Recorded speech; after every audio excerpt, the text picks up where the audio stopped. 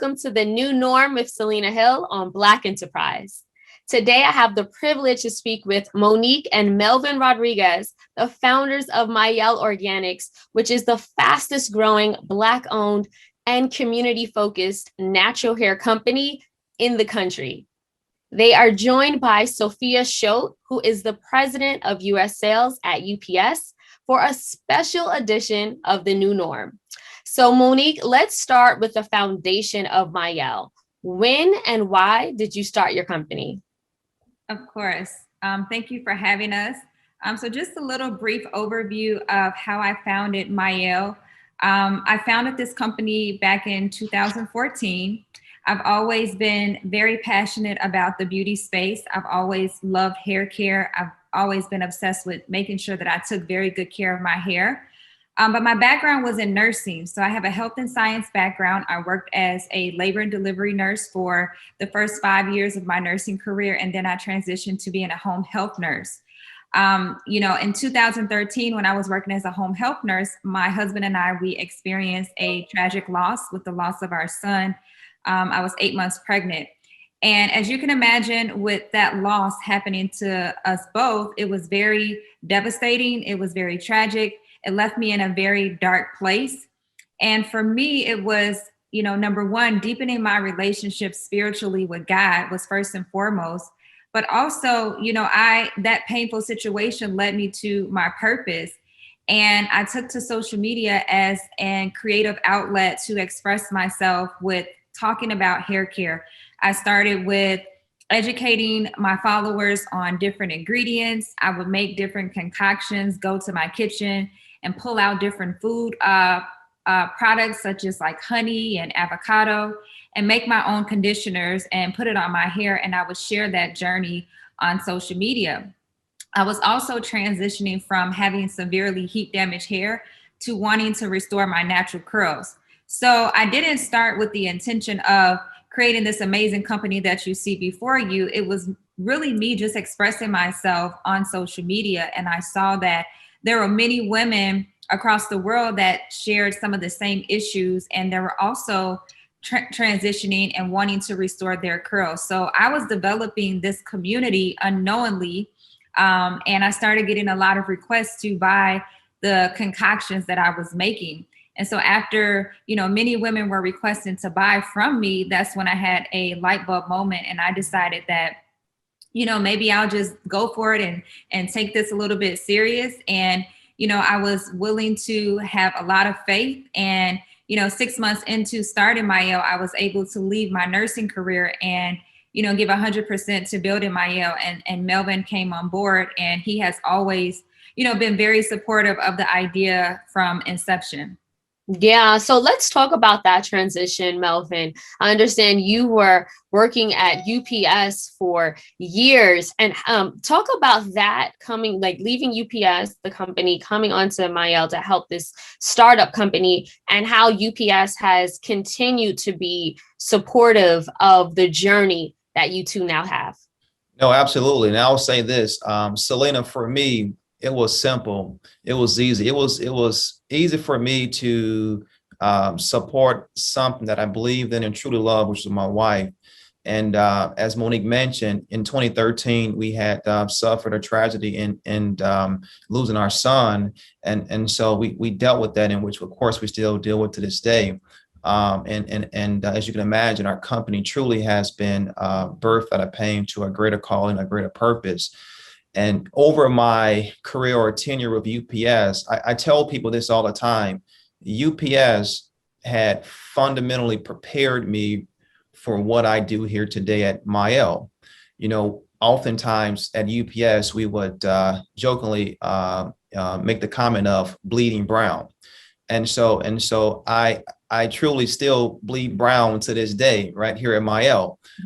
You think about UPS 1907, when it was founded, Jim Casey and his four founders, and the ideas and the principles and the policies that were started and administered many, many years ago that are still applied to this day. Those policies and things of that nature still live with me to this day. And quite frankly, I have applied a lot of those principles to what I do today. Now that I am on the customer end of the spectrum in our partnership with UPS, right, I'm still connected. UPS has been extremely value add for us in terms of logistics, helping us think about things a bit differently in terms of our pick, pack, ship operation. UPS had come in to help redesign 2 warehouses that we have been able to build, right? They came in and helped us with the design, the layout in terms of building and creating new infrastructure. They helped us with our systems and so on and so forth. And so they've been a huge catalyst to what we do today. And we're definitely proud and honored that the partnership still exists today. Sophia, why is it important for UPS to support startup companies like Mielle, especially those that are Black owned? Well, I mean, we're dedicated to breaking down any barriers standing between small business owners and the goals that they want to achieve and the experience that they're trying to provide to their customers. Our strategic imperative of, supporting small and medium business growth, or SMB growth, is something that fits right into what Melvin, Monique, and Mielle are doing. And it really lends to the things that we want to do and what we want to support. I don't think there's any question whether Melvin still bleeds brown. And as much as we hate to see him leave the organization, it's nice to know that he's still a partner with us and still really a part of UPS and the organization. But that's something that we strive to do, is help small businesses. And we have an intentional focus on diversity, equity, and inclusion, because we know it leads to better outcomes, not only for our employees, but for our customers, our suppliers, and as well as the community. And everything that they're doing are the things that align to what we want to do as an organization as well. Absolutely. Alignment is so important. So thank you for just breaking that down. Monique, I do want to get back to the company. Mielle is one of my favorite products. And I was happy to see that in 2020, it was reported Mielle grew by 160%. In particular, on Black Friday, the rosemary mint scalp and hair strengthening oil became bestsellers. And I see why, because literally the rosemary mint scalp conditioner is one of my faves. I'm obsessed with it. But how do you, how would you say you were able to retain customers during the pandemic? Absolutely. So I think it starts with what you just mentioned. We have great products, right? If you have great products and great marketing, you will retain those customers. And, I always tell people that no amount of marketing, good marketing, can keep a customer coming back if you don't have great products. So it starts there.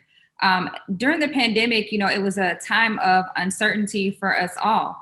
And for me, it was a time to really pour back into my community and to uplift our audience, because our mission at Mielle is to empower, excite, and educate women on healthy hair and a healthy lifestyle.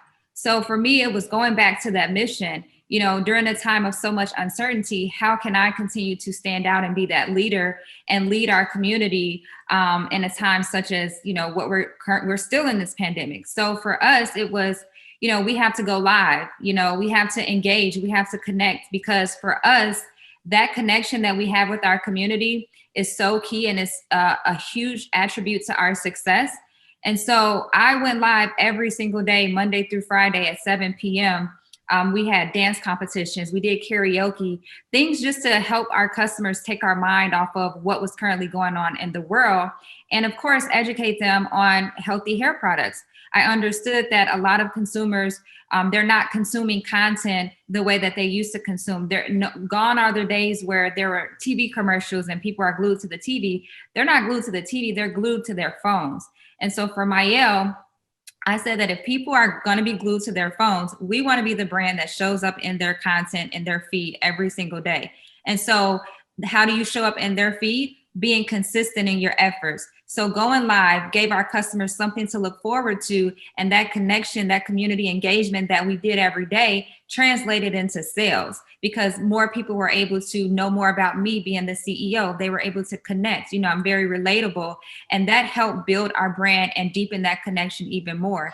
And when you are able to tap into, your customers' emotions, when you're able to connect with them, that will equate to increased sales. So I attribute that to a lot of our growth. And of course, we continue to innovate and come out with great products that met the needs of our consumers. But again, it's also because we have really great high quality products. That's what keeps the consumer coming back, in addition to everything else that we do for our community.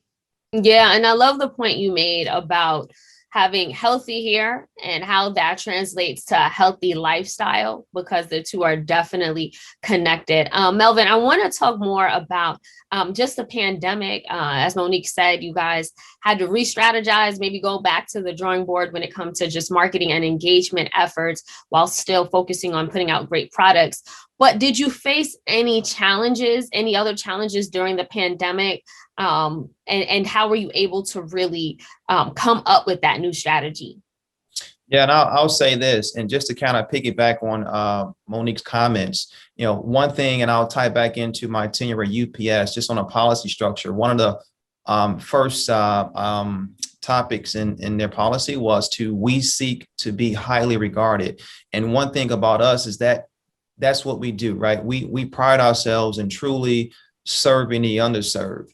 And that, when the pandemic first hit us, right, we immediately gathered and understood what potentially could happen, but we refused to allow negative things to happen to our company, right? Because as you all know, we are truly a faith-based organization. And so what did we do? We began to activate and strengthen our faith, and knowing that, this pandemic is here, but God told all of us that he wasn't going to put us through anything that we couldn't bear. And even in the midst of this, we shall receive increase. And so what do we do, right? The marketing plan that we had created back in 2019, right? We had to pivot. We had to get more creative. And so what do? We pour it back into our community, right? We gave them more, even more than what they expected. And so with that relatability, as Monique talked about, that authenticity, it helped us survive during the midst of the pandemic that we experienced early on. We had some bumps and rolls in terms of manufacturing. Our manufacturers had issues in terms of being able to keep up with demand, because the government early on put a mandate out to most manufacturers to pivot what they're doing and shift to producing hand sanitizer. So on the manufacturing front, there was a slight hiccup, right? But we were able to rebound and recover to that end. But quite frankly, or fortunately for us, there wasn't much significant negative impact because of the things that we did for our communities consistently, right? We understood that there were so many that were hurting. And what do? We gave back. We raised several hundreds of thousands of dollars and really poured back into others, right? We pride ourselves in being of a blessing to others. And as a result, during the early stages of the pandemic, we were able to do some extraordinary things. Yeah, Sophia and Melvin spoke about pouring back into the community, pivoting. This was definitely a very hard time for Black-owned businesses in particular. Mielle was one of the biggest success stories that we've seen, but a lot of other Black businesses did not survive. When it comes to UPS also being, driven by the pillars of faith, community, etc., why was it important for the company to really pour into small businesses, especially during and after the pandemic? Yeah, I really love what Melvin said about pouring back into the community, because that's something that's important to UPS as well. And I just think it's important that as we look at diverse Black-owned businesses, that if we're investing in them, if we're helping them succeed and get past this hard time that a lot of them didn't succeed from, but many did, that's a benefit for all of us. And it's a benefit for the community. It's a benefit for our employees. So we continue to employ workers, but it's it's an advantage for everybody all the way around. When we pour back into the small businesses, they pour back into the community. We continue that circle, and everybody benefits from that. So it's great to hear that. And again, I talked about alignment. Everything that Mielle does are the same things that are important to UPS, and we want to continue that with not only Mielle, but other SMBs or small and medium businesses, because we want to offer that support and help them succeed and help them get past this hard time with the pandemic. Absolutely. So Monique, it's been reported that Mielle Organics has received anywhere between $100 million and $1 billion as an investment from Berkshire Partners, which makes you less than 100 Black women founders to ever receive an investment over $1 million. How were you able to secure this investment, and how will it help to further your mission? Yeah, absolutely. Great question. So when you think about what Mielle has been able to accomplish with securing a Series A investment of this magnitude, it's very historic for our community, because when one of us wins, we all win. And it really shows the value that Black businesses bring to the community and the value that we bring to the table. We deserve to have a seat at the table because we work very hard to accomplish and do the things that, we do, right? And for Mielle, we have built this company in 7 short years. And while it seems like the success has happened overnight, it has been a very tough road to get here. Lots of hard work and dedication with building the brand, staying connected to the community, making sure that our finances are in order. So it's really setting the foundation for the business to even have the opportunity to have these conversations in the private equity world, right? And once we have these conversations with the private equity world, it's still a very rigorous process, because you want to narrow it down to the partners that are aligned with who you are, your vision, what you represent, and you still want to be able to maintain control over your destiny. So it was very important for us at Mielle that we still maintain majority ownership of our company, because we know how to run our company. We stay true to ourselves. We want to keep that authenticity. And that was very important to us, and also our community philanthropic efforts. So it was narrowing it down to a few private equity firms, going through a very rigorous process of interviewing them just to see if they were aligned with who we are and what we represented. And when we narrowed it down to Berkshire, we love the fact that, they had a lot of experience with scaling consumer brands. And also they were very passionate about our community efforts and how we wanted to scale our community as well, because we understood that, and we understand even to this day, that our success is not just about Mielle. Our success is determined by how many other successful people that we bring up on this journey as well. And so for us, with this investment, not only is it going to help increase our brand awareness and help us increase in a global way with product innovation, meeting more of our consumer needs, but it also helps us scale other entrepreneurs, other Black women who see themselves in me that aspire to do something of this magnitude. I've been able to break this glass ceiling so the ones that come after me are able to shatter the next glass ceilings. And that's what it's about. And that's what this partnerships allows for us to do. Yeah. So Monique and Melvin, I'm curious to how you maintain a balance between brand integrity when producing in mass. Monique, when you talked about starting out in your kitchen with honey and avocado, how do you make sure that the products are still just as pure and have just as much quality now that it's being mass produced? Absolutely. And that's a big myth, that when Black-owned businesses start to scale, that the quality or integrity of the products diminishes. However, that's not true, because you have to think about formulation. And when you formulate a product, when you're making spaghetti and you're making spaghetti for a family of 4, you're going to use the same ingredients and recipes when you scale that spaghetti to make it for Thanksgiving dinner for a family of 20. So it's the same concept with product formulation. So it starts with making sure that the manufacturer that you're working with are aligned with you, and they understand, you know, your formulations, your ingredients, the ingredients that you do not want in your products, and also that they operate with a level of integrity as well. So it starts with the alignment at the manufacturing level, and as you scale, the quality of your ingredients will not change if you are scaling according to the formulation of when you started. So it's no different when you're cooking. It's the same process of scaling a product as well. Okay, well, thank you so much for breaking it down. You know, Sophia, Monique spoke a lot about alignment when it comes to partnering and growing a business. What makes Mielle as a company aligned with UPS, or what are some of the shared values that these two companies have? I think they just mentioned several of them. And I would say a big one is the philanthropic things that they do in helping the community. As I mentioned earlier, I mean, our goal is to help other SMBs grow their business, whether it be from the ground up, or if they're trying to grow larger, we're offering solutions to help them do that. And so as we help them, they can help do other things within the community.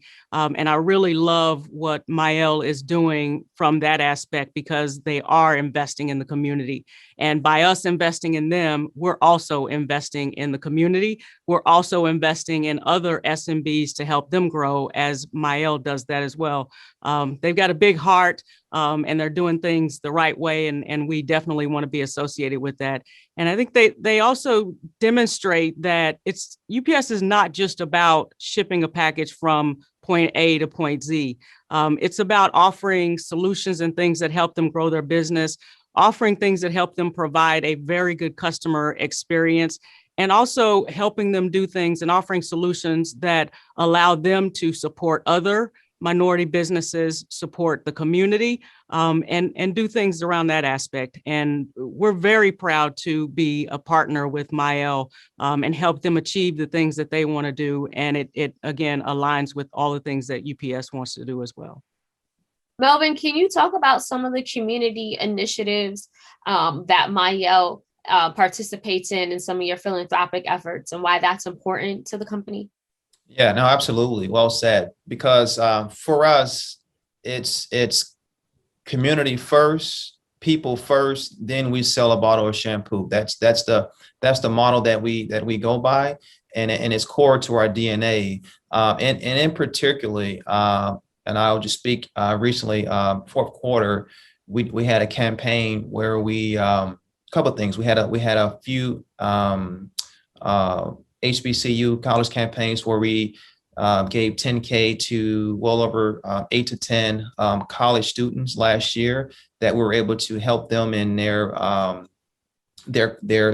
college tuition efforts. In fact, there was a gentleman that one HBCU that was on the verge of losing his board or capacity at his school, and we were able to help him remain student status at his school. But in particular as well, there were a few young ladies that literally we blessed and donated them with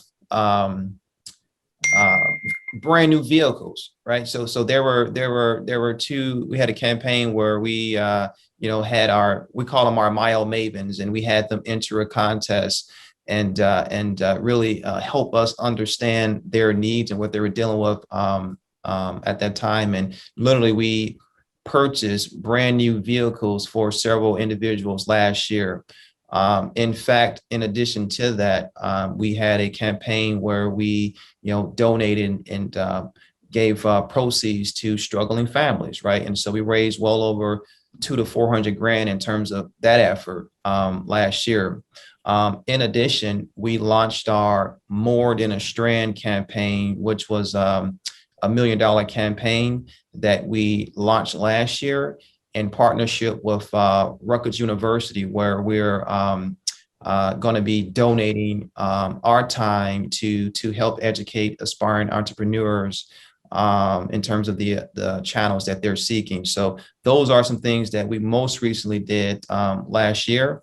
And in particular this year, after the release of the announcement of the historic transaction we did with Berkshire, we immediately turned around and launched several different community campaigns. So, for example, there was a $100,000 campaign where we're donating $10,000 to aspiring entrepreneurs. So we've had them go into this pitching initiative that we have running, and that's ongoing currently. In addition to that, there's a $250,000 campaign similar that Monique and I are investing in as well. That's ongoing. So the point is, it's that we've done a lot at a micro level, but what we're really seeking is partnering to really scale up our philanthropic efforts.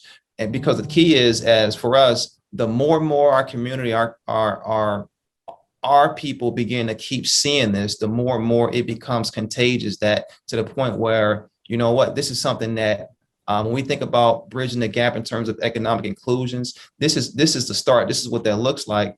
And if more and more of us could really buy into doing so, just imagine, right, what tomorrow holds, what the future holds for our communities. Monique, can you speak more about the More Than a Strand education arm that you have at Rutgers? Yeah, absolutely. So our More Than a Strand foundation is driven by 4 pillars, and that's family, faith, education, and entrepreneurship. And as I mentioned earlier, our journey of success is about bringing other entrepreneurs up on this journey as well, to create more Mielles and more Monique Rodriguez's and Melvin Rodriguez. That's our whole mission and goal. And so with our More Than a Strand campaign, we've partnered with Rutgers University and also Newark Business Hub to launch an online certification program where 60 women will be able to apply for this program from the US, the Tri-Continent, and also South Africa. So this is a global program, and we're setting them up with the foundation of entrepreneurship. They will receive a certification from completing this program, and we're also working with Goldman Sachs 10,000 small businesses that will be step 2. So again, not only just teaching them about entrepreneurship, but also providing them with the necessary tools and resources even after they complete the program.